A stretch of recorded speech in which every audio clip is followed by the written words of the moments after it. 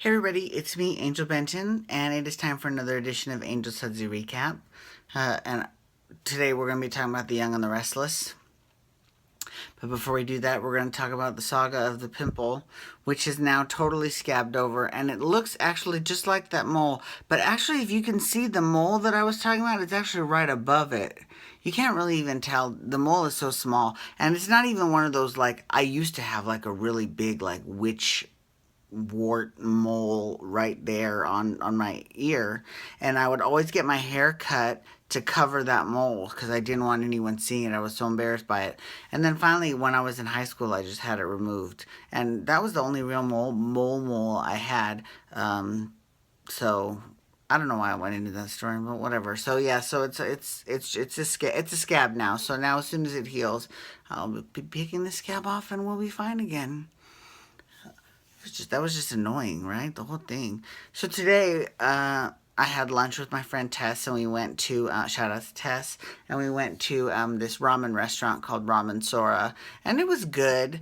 Um, Before that, we had previously we had dined with our other friend Juliet. Shout out to Juliet, and we had ate at this place called Monta Ramen, and I personally, the service was better at. No, no, no. Let me put it to you this way. The service was faster at Ramen Sora, but I thought the food at Monta Ramen was better. Those are the two best ramen places in Vegas. So they were okay. They're neither one of them are Koraku. Koraku is the best ramen I've ever had, and they have a Koraku in uh, Little Tokyo, in the Valley, in Torrance. They used to have one in Prim, but now it's some Chinese buffet. They got rid of it. I'm really upset about that because I used to go down there all the time. I ate at Koraku in Prim so much they thought I was a mall employee, and they gave me a mall employee discount. No, I didn't say anything because but I didn't want to rock the boat. But it was worth it, and it was so good. That ramen is the best ramen I've ever had. So, anyways, which is funny because I've lived in Japan, but the best ramen is here in America. Anyways, moving on. Moving on. Okay, um, so today I went out with Tess, and we were eating at a ramen store, and then I got home and I binge watched the Challenge, which is this MTV show. I don't really do a Sudsy recap for the Challenge, but um, it's so good this season.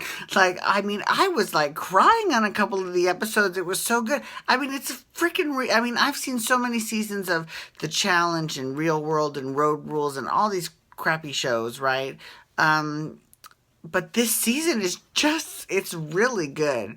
It's really well cast. It's the gameplay is actually very good. I mean, it's just the whole thing is really good. So anyways, because it's still on the air, so if you have a chance, you can check out the Challenge on MTV. Okay, moving on. Um, a programming note.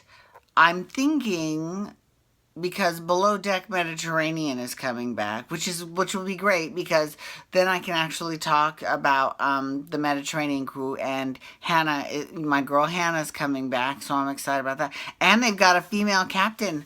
What? I'm excited about that too. That's actually very exciting as well.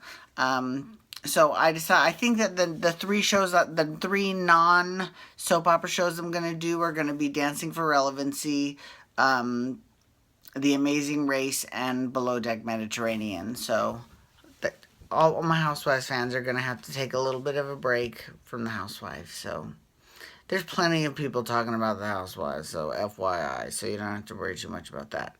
Okay, moving on. Young and the Restless. Sorry, I know it's only taken me 4 minutes and 22 seconds to talk about other crap, but I'm talking about Young and the Restless now. All right, Young and the Restless. Okay, so here's what's been going on in Young and the Restless. All of a sudden, they've decided that now it's time for the jig to be up for Chloe, and they're going to figure out that she's the one who killed Adam, or she had something to do with it, or whatever, right? They just, all of a sudden, they've decided they're going to, now's the time. You know, I don't see any rhyme or reason to that. She actually just got engaged to Kevin. Don't get me wrong, I love Crazy Chloe. And my favorite Chloe was the one that was dressed up as the nurse in the long wig that was meeting with Victor in the jail cell. Oh, that was she was the best. I mean, I love Chloe, but this whole thing is a little bit suspicious. Um, yeah. So Scott is back in town, which is funny because how many people who are recently viewers of Young and the Restless have no clue who Scott is? Scott is the baby that Sheila Carter. They actually had a great art. It was a great article this week in Soap Opera Digest because this week is Bold and the Beautiful's 30th anniversary, and they say there's going to be a lot more crossovers between Young and the Restless and Bold and Beautiful, and that's how you fucking do it. That's why they're number one and number two soap operas. I mean, that's one of the reasons, but I mean, like that's how you do it. So take note, ABC and NBC. I'm seriously still holding out hope for a Days/GH crossover, and who better to facilitate that than Wally Kurth, who's on both shows? He plays Justin Kiriakis on Days and Ned Ashton on General Hospital. That would be brilliant, right? To see Victor Kiriakis hamming it up with the Quartermains, or to see, you know, let's see, Sonny Corinthos over, you know, take care of Deimos Kiriakis. I mean, he's not obviously, but I mean that's the type of crap that we need to. I mean, that would revitalize the genre and would get a lot more people watching because the numbers are falling fast. People, we need to be watching our soaps.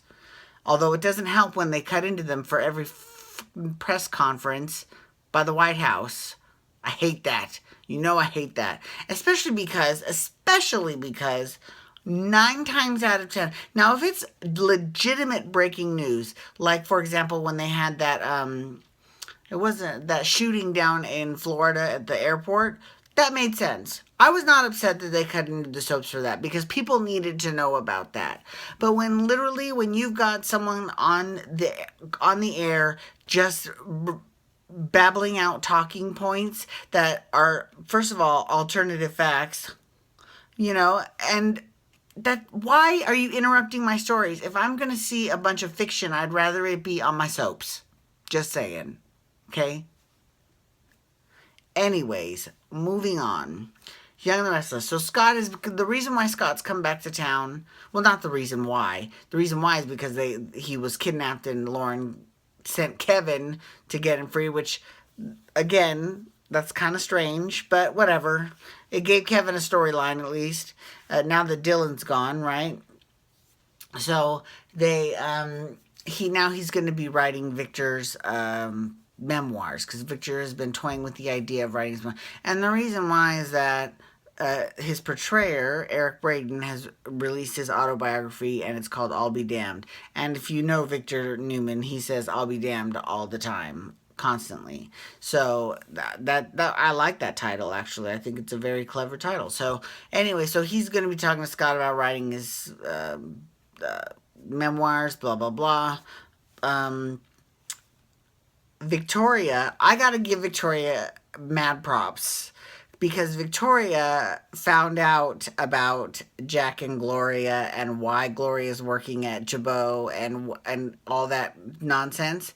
Because she was at GC Buzz and she needed some footage, and Mariah innocently let it slip. Yeah, we've got all our unaired footage, blah, blah, blah. And she's like, what's this Candace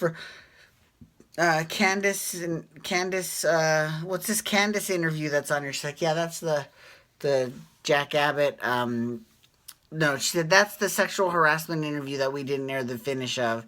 We got the whole thing here. And she's like, oh, but can I see it? And she's like, no, we can. Unfortunately, I can't show you.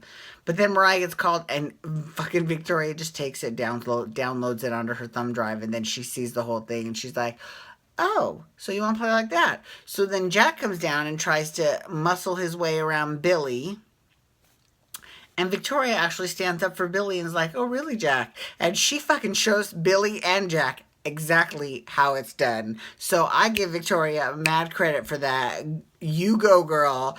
When she was letting him have it, I was saying, "Oh, really?" And then she just totally was like, "Oh, is that why you sexually harassed Gloria? Is that why?" But she went to Juicy Buzz and told everyone. And Jack was mortified, mortified, and I was like, "Get it, girl."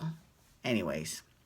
Okay, so anyway, so that's Young and the Restless. So we'll see what happens with Young and the Restless. I'm definitely looking forward to these crossovers that they say.